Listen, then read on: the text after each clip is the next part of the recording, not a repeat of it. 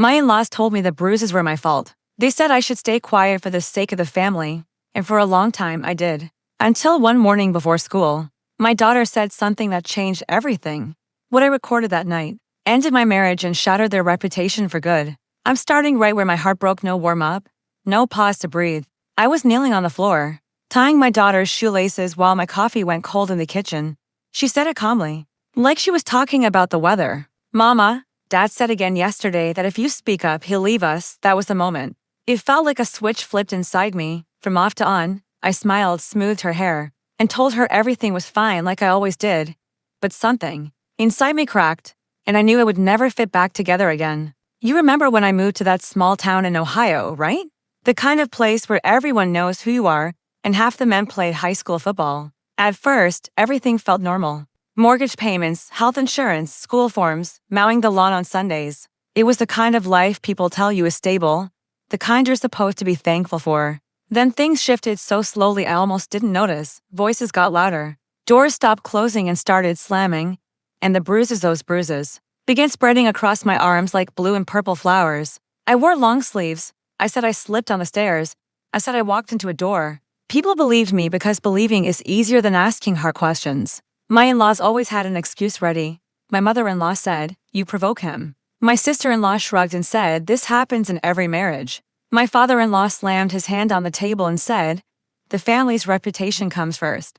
And me, I nodded because the mortgage was due next week, because the kids had a field trip, because I convinced myself I was just as sensitive. We're experts at lying to ourselves. Then came that night, an ordinary night. I opened a pile of bills and saw another late fee. He slammed his phone on the table and accused me of wasting money. The argument grew. I didn't yell. I stood by the kitchen window and stayed quiet. Then he said the same threat again. But this time there was something in his voice that terrified me. Without thinking, I turned on the recorder on my phone. There was no plan, no dramatic moment, just the feeling that if I didn't do it right then, I never would. That recording captured everything: his voice, his words, the apologies mixed between the threats. The sound of something hitting the wall, my breathing, no screaming, no theatrics, just the truth, heavy, raw, impossible to deny. The next morning, I dropped my daughter off at school. Same line of cars, same parents smiling and asking about the weekend. I smiled back. But I wasn't the same person anymore. I called the lawyer, the one you told me about. She said, "Save everything and don't go home alone today." When my in-laws found out, it was like a firestorm tore through the house. My mother-in-law said I was lying.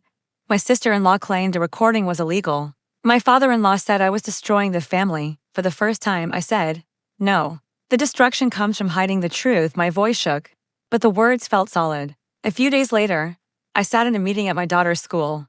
I was late, my hair undone, dark circles under my eyes. The teacher said my daughter had been unusually quiet.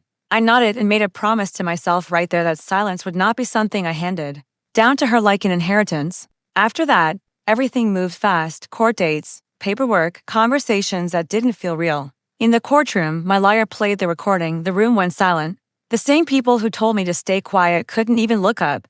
That was where the marriage ended. And respect, the kind built on lies, ended too. Did I win on paper? Yes, a protective order, custody of my children, legal words that meant safety.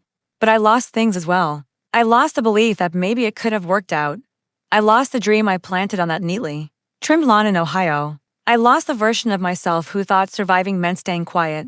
Now I'm back at work. Sometimes my hands shake while standing in line at Target. Sometimes I pause and breathe before ordering coffee. At night, when my kids laugh, something in my chest finally loosens. I call you and tell you everything, because a story doesn't end when a marriage ends. It begins when the silence does. I'm strong, but I'm not unbreakable. I survived, but I carry scars. And maybe that's the truth we don't say enough, that what leaves a mark is also what shapes us.